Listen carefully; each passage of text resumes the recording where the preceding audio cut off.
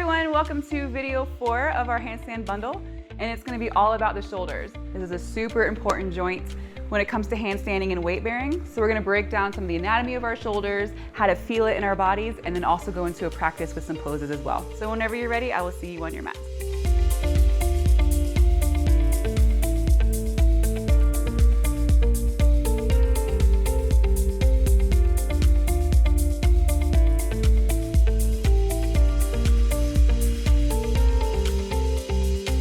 When we talk about our shoulders, especially coming into working with more weight-bearing poses like our handstand, we want to understand how important they are to warm up, to strengthen, and to be stable in our handstands. This is actually one of the most disconnected joints as far as injuries go. It's one of the most unstable joints to work with. So it is really important that we understand exactly how to stabilize them, especially when we turn ourselves upside down. So when we're talking about anatomy with the shoulders, we have the shoulder blades. You've got the scapula, it's on the back body, and we'll work with the serratus anterior, which is on the bottom part of your scapula right here, and we'll work with a little bit of the rhomboids. So that is the protraction of the shoulder blades as well as the retraction. So when you stabilize those, engage them together, that creates that nice foundation for getting upside down. And then we also go into the rotator cuff. So this is that literal cuff where the arm bone comes into the socket. And there's about 4 muscles that work with that rotator cuff. And that, again, keeps stabilized. We want this to stay into the socket. We want that to be nice and strong and to keep us safe when we're upside down.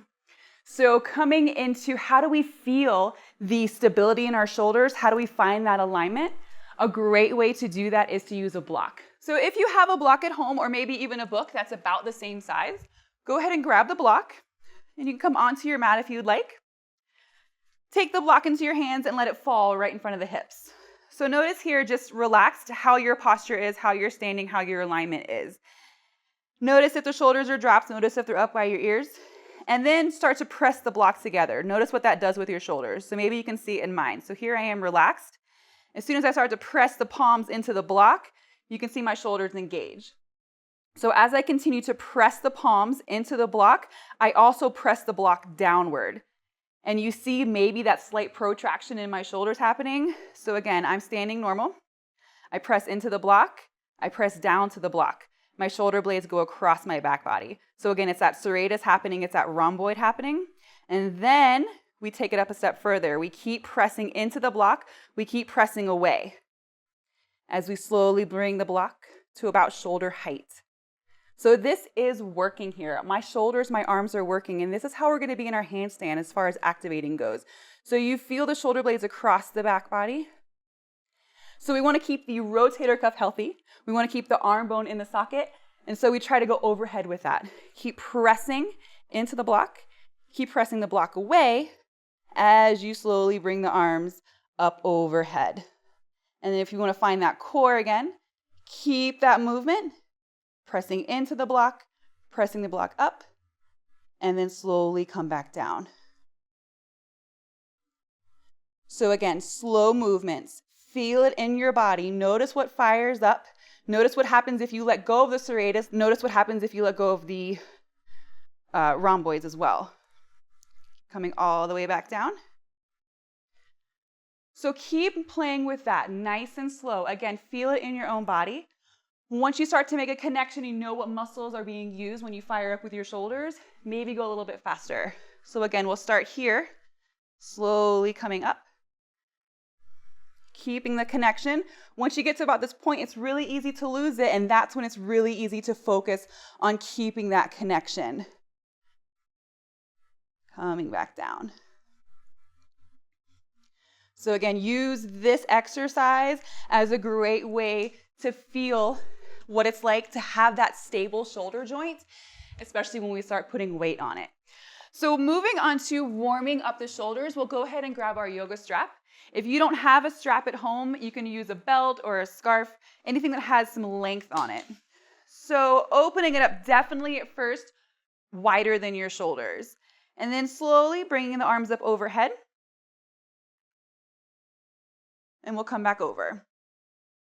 So find what works for you. If you need to go wider so you can get that full range of motion, and we'll just continue to do this a couple times. So nice and slowly warming up the shoulders.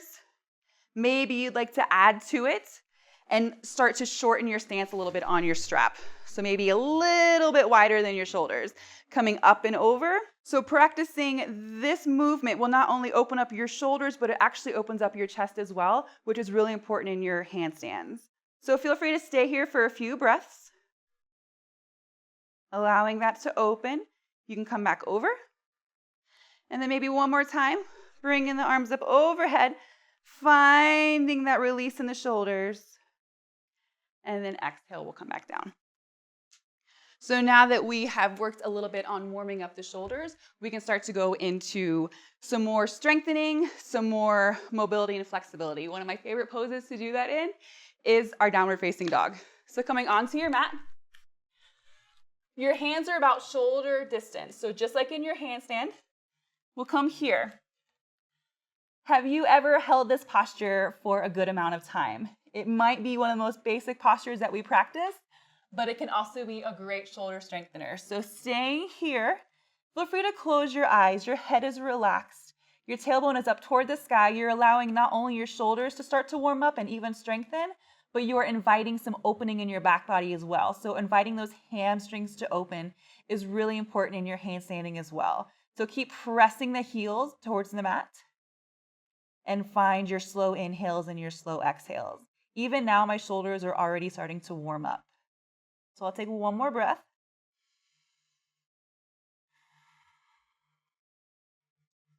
Moving into a wide-legged forward fold. So bring the right leg up, bring it all the way through to the top of the mat, and you can walk those hands over towards the left side, and we'll pigeon toe the feet. So toes in, heels out. You can come up to standing. And from here, we take a fist behind the low back. So it'll look just like this. And we allow the fist to come down the tailbone, which is going to open up our chest, open up our shoulders. So coming into our wide-legged fold here. Chest lifts, we hinge from the hips, and we lead with the chest. Feel free to keep a bend in the knee. Again, this invites the hamstrings to open, but at your pace. And then the arms can come up over the head. If you notice that you're putting a lot of pressure on your wrists and they're starting to get wonky, you can either take your strap or your block and place them in between your hands to allow this to gently open. Head relaxes. Try to keep the weight more in the balls of the feet. Again, the knees can be bent. And just find your breath here. Inhale. And exhale. One more time. Inhale. And exhale. Gently release the hands. Palms to the earth. Inhale, lengthen the spine. Exhale, gently fold. And then we'll walk the hands right back over to the top of our mat. And you can come into your downward facing dog once more. And gently drop the knees to the earth. So basically, don't stand straight up because I don't want you to get dizzy. So moving into strengthening of our shoulders. So we just worked on some opening, not only in the shoulders, but our hamstrings as well. So we got a 2-for-1 there. And we'll start to strengthen the shoulders, which again, like I said, that stability with the weight-bearing poses is super important. One of the poses that I love for strengthening the shoulders is your Chaturanga. So this posture is a great one to modify and to build off of, to find the correct alignment and to find the action in your shoulders that you want, besides compromising anything, compromising the integrity of the pose, and therefore injuring yourself. One way that I love to do that is to use your block again. You can place it at its highest height at the top of your mat, and we'll come into a high plank. So these will be what I like to call our Chaturanga push-ups.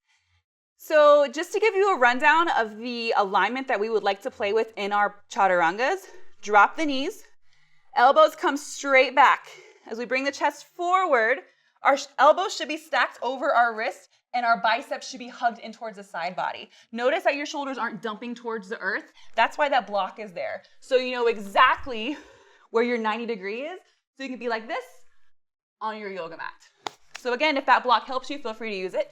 We'll come into your high plank. So option to keep the knees lifted or dropped. I'll take a dropped variation at first. And we'll do 3 Chaturanga push-ups. Elbows come straight back. Maybe that block touch the sternum. Press back up. Keep those biceps in. Elbows come straight back. Core is tight. Press back up. Last one. Slowly come down. Pressing back up. Go ahead and flip the toes. Send the hips high. Downward facing dog. And we'll do another set of those. Option again, drop the knees, or maybe we keep the knees lifted this time. Inhale forward, high plank. Core is tight first. Find that protraction happening in the shoulders. So the serratus is firing up, you're pressing into the ground with the palms, and you're allowing those shoulder blades to come across the back body. Elbows come straight back, biceps stay hugged in. Pause, press yourself back up. Oh man, there's 2 more. Exhale, press yourself back up. Use your core too. 1 more. Press yourself back up. Exhale. Downward facing dog. So those are great, like I said, to work up to. Find what works for you in your practice now, and then keep coming back to it. Keep growing. So the next one is dolphin pose. Super great, not only for strengthening, but again to open as well. So to come into dolphin, you can find a tabletop pose. If you would like to grab hands and elbows, you can measure exactly how far apart your elbows need to be. And then 2 options. Open up the forearms, palms flat on the mat, or you can find this clasp variation if your shoulders are a little bit more tight, or if the anatomy is a little different. Mine feel more comfortable here. Flip the toes, send the hips high. Drop the head, so now your gaze is back towards your toes. If your head is still on the ground, then work really hard to press into the forearms. You can see that protraction happening in my shoulders, how they're dipping in. I wrap them around. I use that serratus, pressing. Shoulders come stacked over the elbows. That just adds a little bit more intensity. Then maybe I walk the toes forward and I stay here. And I breathe. Inhale. Exhale. Again, this is yogi's choice. You can walk your toes in as close as you'd like, or you can keep them out. What we're working on here is finding the elbows underneath the shoulders and that protraction, that pressing into the ground, that wrapping of the serratus. 1 more breath.